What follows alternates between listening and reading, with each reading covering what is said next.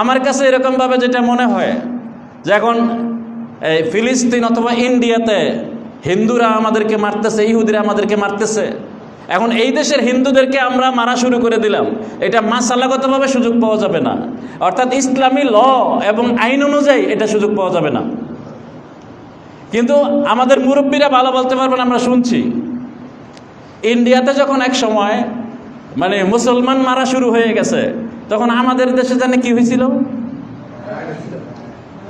বাংলা কন, আরে এটা বুঝছি আমরা, তারপর আরো বাংলা কন। হিন্দু কাটাকাটি শুরু হয়েছিল। সোজা বাংলা কি হয়েছে? হিন্দু কাটাকাটি শুরু হয়েছিল। ওইখানে মুসলমান কাটাকাটি শুরু হয়েছে, এখানে হিন্দু কাটাকাটি শুরু হয়েছে। এরপরে ওইটা বন্ধ হয়েছে কিনা? ওইটা বন্ধ হয়েছে। ঠেলার নাম বাবাজি, মাইরের উপরে ঔষধ নাই। তো এখন আমি মানে এটা ভাবতেছি, মনে মনে ফিকিরও করতেছি যে ইসরায়েলে যেহেতু মুসলমান মারতেছে, আমরা আমাদের দেশের ইহুদিদেরকে মারা শুরু করে দিলে কেমন হয়? এবং এই ইসরায়েল যে মানে মুসলমানদেরকে মারতেছে ইহুদিরা, এটা কি তার বলে মারে? কাদের বলে? খ্রিস্টানদের বলে, আমেরিকার বলে। আমাদের দেশে ইহুদি কম থাকতে পারে, প্রচুর পরিমাণে খ্রিস্টান আছে। তাহলে আমরা ইহুদি প্লাস খ্রিস্টান মারামারি শুরু করে দিলে কেমন হয়? এটা আমি ভাবতেছি। কথা বুঝাইছে? জনগণ আছে না, ওই যে জাপানের যে 9 ছেলের ঘটনা শোনাইলাম, ওই কি কোনো মুফতির কাছে মাসালা জিজ্ঞেস করে গেছিল? কি বলেন আপনারা? ওই কি কোনো মুফতিরে মাসালা জিজ্ঞেস করছে যে আমি যদি জাপানের প্রেসিডেন্টরা মাইরা লাই তাহলে কোরআন হাদিসের দৃষ্টি থেকে জায়েজ না না জায়েজ? কথা বুঝাইছে? এটা কি জিজ্ঞেস করছিল মনে হয়? আমার তো মনে হয় না। কিন্তু এই স্বপ্নে কি দেখছে যে তোমার ফাঁসি হোক, সমস্যা নাই, তুমি আন্তেকালের পরে নবী সাল্লাল্লাহু আলাইহি ওয়াসাল্লাম বলছেন আমার সাথে সাথে সাথে সাক্ষাৎ হয়ে যাব। এখন আমার মনে হয় আমাদের হাতে এটা ছাড়া বিকল্প আর কোনো ঔষধ আমরা দেখতেছি না। যে ওই দেশে হিন্দুরা এরকমভাবে ইসরায়েলে ইহুদিরা আমাদের মুসলমানদেরকে মারা শুরু করছে। এখন এই দেশে যারা এরকমভাবে বিধর্মী আছে, যারা আমাদের মুসলমান ভাইদেরকে মারতেছে, আমরা ওইটা বন্ধ করতে হইলে কি বলে মার্চ ফর গাজা, এটা দিয়ে কি হবে না? কাজ হবে না। এটা দিয়ে কি হবে না? কাজ হবে না। যেমন কুকুর ওরকম মুগুর দিতে হবে। যেই রকমের কুকুর ওরকম মুগুর দিলে ঠিকই কি করবে? এরকম ভাবে কুকুরে ঘেউ ঘেউ করতে করতে আমাদের এলাকা কি করবে? ছেড়ে দিবে। এই জন্য ভাই দোস্ত বুজুর্গ, একটা কথা আছে, আল আকিলু ইয়াকফিহিল ইশারা। জ্ঞানী লোকের জন্য ইশারাই যথেষ্ট। জ্ঞানী লোকের জন্য কি? ইশারাই যথেষ্ট। এই জন্য আমি মনে করি পুরো বাংলাদেশে এরকম এবং পুরো পৃথিবীতে, যেহেতু আরব দেশের সৌদি আরবের রাজাবাদশারা কোনো উদ্যোগ নিচ্ছে না, এই জন্য এরকমভাবে একটা যুদ্ধ তো আমাদেরকে অবশ্যই শেষমেশ করা লাগবে। এই জন্য এরকমভাবে এই মুসলমান হত্যা, এই ত্রিপুরা ইন্ডিয়াতে এই ওয়াকফ আইন ইত্যাদি এই সমস্ত উসিলা দিয়া মুসলমানদেরকে হত্যা করতেছে। তারপরে ইসরায়েলে এরকমভাবে ইসরায়েলের ইহুদিরা ফিলিস্তিনের মুসলমানদেরকে হত্যা করতেছে। ওইটা বন্ধ করার জন্য মিছিল মিটিং কিনা যথেষ্ট না।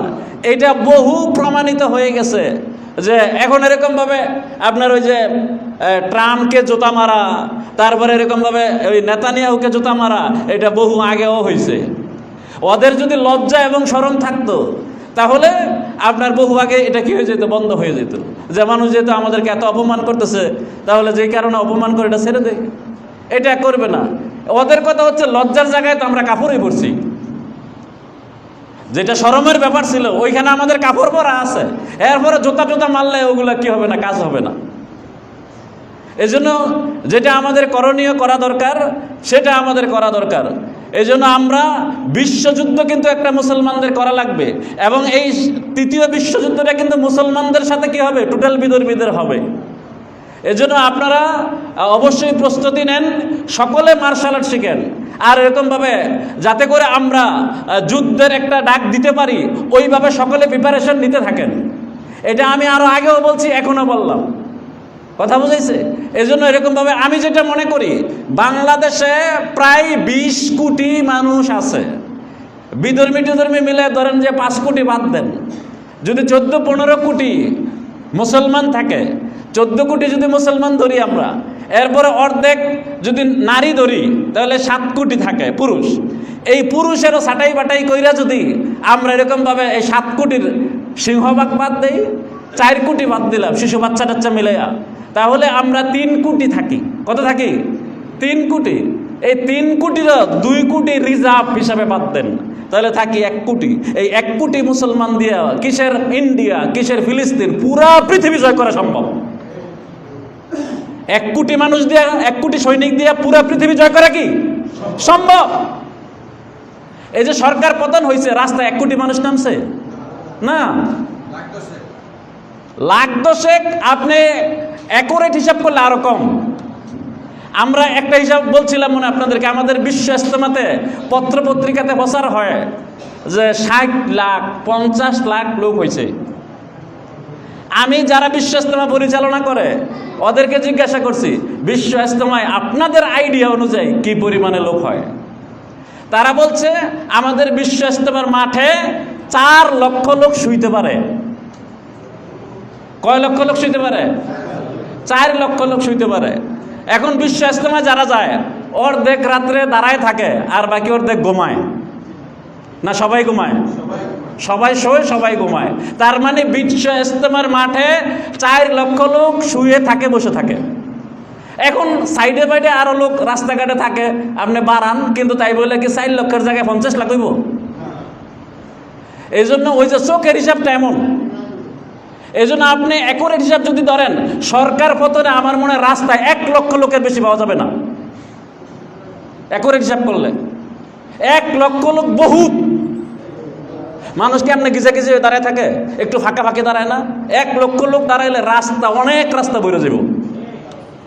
তাহলে 1 কোটি লোক যদি আমরা পাই, এখন আপনি হিসাব করে দেখেন পৃথিবী জয় করা সম্ভব কিনা। তো সুতরাং কিসের আমরা সৌদি আরবের দিকে তাকায় থাকি? কেন? সৌদি আরব যদি সে উদ্যোগ নিত, সে লাভবান হইতো, নেকি পাইতো, সে সম্মান পাইতো আল্লাহর কাছে। সে যেহেতু নিতেছে না, এখন আমরা বাঙালিরাই কি করতে পারি? এই উদ্যোগটা নিতে পারি। এখন এরকমভাবে 1 কোটি লোক তো আর আমাদের কথা শুনছে না বা তৈরি হচ্ছে না। এখন আপনারা এখানে যারা 500 বা 1000 লোক আছেন, আপনারা তৈরি হন। আপনারা এক একজনে আরেকজন করে তৈরি করেন। এখন এরকমভাবে কাপুরুষ হয়ে থাকলে তার চলবে না। এখন কি করতে হবে? হাত গোটায় ফেলতে হবে। হাত গোটা এখন রাস্তায় নামার কি হয়ে গেছে? সুযোগ, সময় হয়ে গেছে। পর থেকে একটা করে তরবারি বানান, পর থেকে একটা করে ডাল বানান, পর থেকে এরকমভাবে তীর বানান, পর থেকে ধনুক বানান। এইটাই আমাদের অস্ত্র, এটাই আমাদের বন্ধু, এটাই আমাদের যুদ্ধের অস্ত্র। কথা বুঝাইছে? এরকমভাবে আপনারা সকলে প্রস্তুতি নেন, পর থেকে মার্শাল আর্ট শিখেন। শারীরিক কসরত, ব্যায়াম, ট্রেনিং ইত্যাদি। মার্শাল আর্ট আর যুদ্ধের ট্রেনিং একই। যুদ্ধের ট্রেনিং পুরা পৃথিবীতে বৈধ। কাজে আমরা যুদ্ধ করব, যুদ্ধ করতে চাই। আমরা প্রত্যেকে আজকের থেকে যুদ্ধের জন্য এরকমভাবে বাস্তব অর্থে আমরা প্রিপারেশন নিব, প্রস্তুতি নিব। তৈরি আছি তো ইনশাআল্লাহ সবাই? আমরা বিশ্বযুদ্ধের সূচনা করতে চাই। আমরা মুসলমান হত্যার প্রতিশোধ নিতে চাই।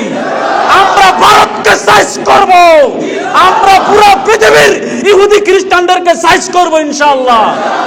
এই বাংলাদেশ থেকে এটা সূচনা হবে এবং সিংলাম মসজিদের নেতৃত্বে এটা সূচনা হবে ইনশাআল্লাহ। আল্লাহ তাআলা আমাদের সহায় হন। ওমা তৌফিকি ইল্লা বিল্লাহ।